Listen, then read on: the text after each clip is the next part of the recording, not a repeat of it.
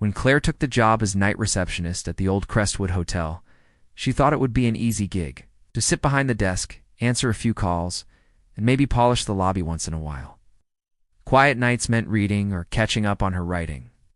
The hotel was grand but outdated dark wood paneling, creaky floors, and a faint smell of mothballs. It had an air of forgotten elegance, like a place waiting for someone to bring it back to life. But the one thing Claire noticed right away was room 9.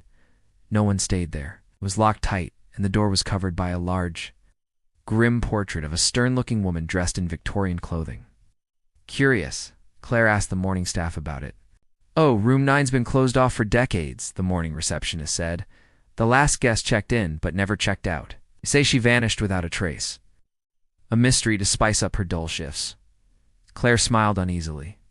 That first night, as the clock neared midnight, Claire heard faint footsteps echoing through the hallways.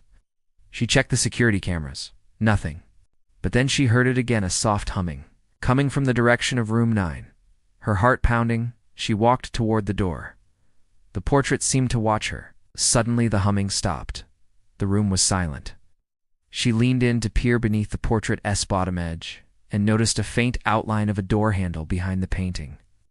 Her hand trembling, Claire pulled the portrait aside. The door was unlocked. Inside was a small empty room, except for the fireplace and a dusty armchair facing it. On the mantel was an old photograph of a woman who looked exactly like the one in the portrait. Claire felt a chill. Suddenly the door slammed shut behind her. She rushed to open it, but it wouldn't budge. Then a whisper, soft but sharp. "Stay with me." The room grew colder. The shadows thickened and twisted. In the chair, the silhouette of a woman appeared, her eyes dark voids. Claire screamed, pounding on the door. The whispers turned to wails. Then, silence. Morning came. The cleaning staff found room 9 empty, the door closed as always. Claire was gone. Only the portrait remained, its eyes seeming to follow every new guest. And sometimes late at night, the hotel guests swear they hear humming down the hallway near room 9. Jenna had just started living alone. Her roommate had moved out, and for the first time in her life, the apartment was quiet. It was supposed to feel like freedom. Instead, it felt like the walls were too thin and the shadows stretched a little too far when the lights were off. That Thursday evening, as she left work and stepped onto the subway, she noticed she had one missed call and a voicemail. She worked late and kept her phone on silent while in the office. Unknown number. She played it. Static.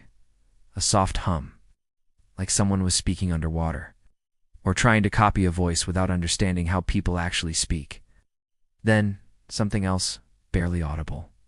A faint, low whisper. Her headphones made the sound clearer, but it wasn't a language she understood. Not English. Not even human, really.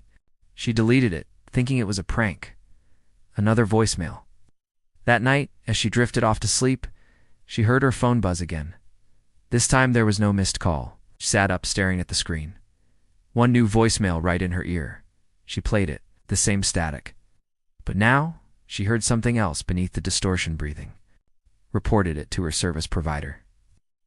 They told her there had been no record of a call or voicemail on her account. No metadata. Nothing. Shallow. Slow. Then a whisper. Clearer this time. "I see you now." She dropped the phone. The next day, she changed her number. Sometimes 2, sometimes 5. Once there were 13, each just a few seconds long. You probably imagined it, the rep said casually. But Jenna knew what she'd heard.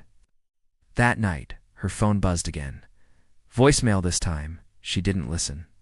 She deleted it immediately.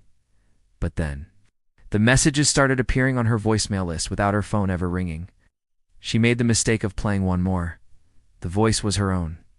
Sobbing. "Please don't make me go back. I don't want to go back." Then a loud, choking sound. She turned off her phone, left it off for 2 days. When she turned it back on, there was just one new message. No timestamp, no number. She didn't press play. But as soon as she looked at the phone, it started playing on its own. Her voice again, but wrong. Like it had been, recorded through someone else's throat. "You shouldn't have ignored me." Then a whisper. "Check your mirror." She slowly turned toward the bathroom. The light was off. The door slightly ajar. She stepped in, flipped the switch. The mirror was fogged over like someone had taken a hot shower, even though she hadn't been in there all day. And drawn in the condensation was a single word. Answer. She smashed the mirror. Threw her phone into the river the next morning. Got a new one. Changed her number again. Things were quiet for a week. Then, one night, her new phone lit.